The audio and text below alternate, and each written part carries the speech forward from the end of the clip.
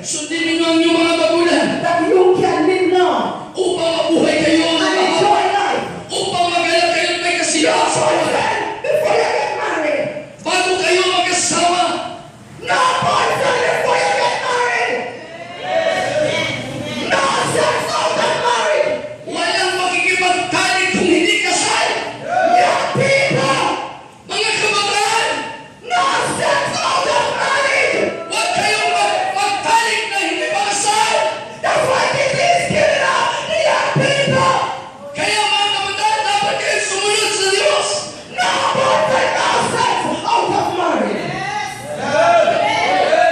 Keep your tennis straight up. I preach in my church like this. Keep your underwear on. Oh. Keep your underwear on. Ikadinan niyo ang inyong mga panloob para hindi Keep kayo. it on. Palagi na alam na Don't habang take it off while you want it. gusto na kayo You makipagtalik. don't manipulate yourself. Mga kabataan lalaki, Keep your underwear on. palagi masuot dapat yung mga panloob ninyo. Let me get the Lord. Maging masunurin sa Diyos. You want to live long. Kung gusto mo mabuhay na mahaba, God said I'm a God of honor. dahil ang Diyos ay Diyos ng kayusan. Going to start to the corner. There's one way. This is one way. Children obey their parents. Dito sa bahagi ito, mga anak sa kanyang mga magulang. The other way is Sila ay parents. mga magulang. Don't let your children rule you. Huwag mong hayaan na hamakin at sirain kayo. I am a God of order.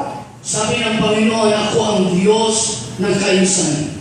There was one young man who bite off his mother's ears at the point when they locked him up in prison. Merong kabataan dito na palasagot sa kanyang nanay. And they were going to take him over. They were going to say, Mother, I want to say, whisper something to you. And when the mother drew near, he bites her ears and said, they did not tell me when I was going wrong. Ang isang kabataan ay nagalit dahil siya sinasabihan ng kanyang nanay at dahil sa kanyang galit, kinagat niya ang tenga ng kanyang nanay. Parents, Mga magulang, take charge of the children's life.